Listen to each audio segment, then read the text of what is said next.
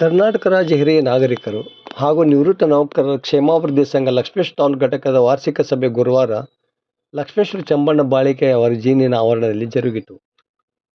ಅಧ್ಯಕ್ಷತೆ ವಹಿಸಿದ ಸಂಘದ ತಾಲೂಕು ಘಟಕದ ಅಧ್ಯಕ್ಷ ಸಿ.ಆರ್. ಲಕ್ಕುಂಡಿಮಠ ಮಾತನಾಡಿ, ಹಿರಿಯ ನಾಗರಿಕರ ಕಲ್ಯಾಣಕ್ಕಾಗಿ ಸಂಘದ ವತಿಯಿಂದ 10 ಹಲವು ಕಾರ್ಯಕ್ರಮಗಳನ್ನು ಹಮ್ಮಿಕೊಳ್ಳಲು ನಿರ್ಧರಿಸಲಾಗಿದೆ.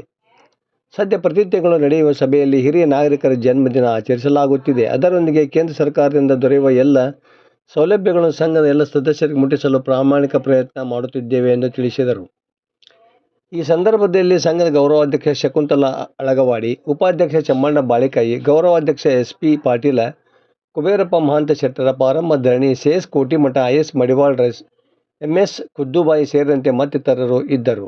ಸಭೆಯಲ್ಲಿ ಒಟ್ಟು 48 ಹಿರಿಯ ನಾಗರಿಕರ ಜನ್ಮದಿನ ಆಚರಿಸಲಾಯಿತು. ವರದಿ ನಾಗರಾಜ್ ಹಣಿಗೆ, ಪ್ರಜಾಧ್ವನಿ, ಲಕ್ಷ್ಮೇಶ್ವರ.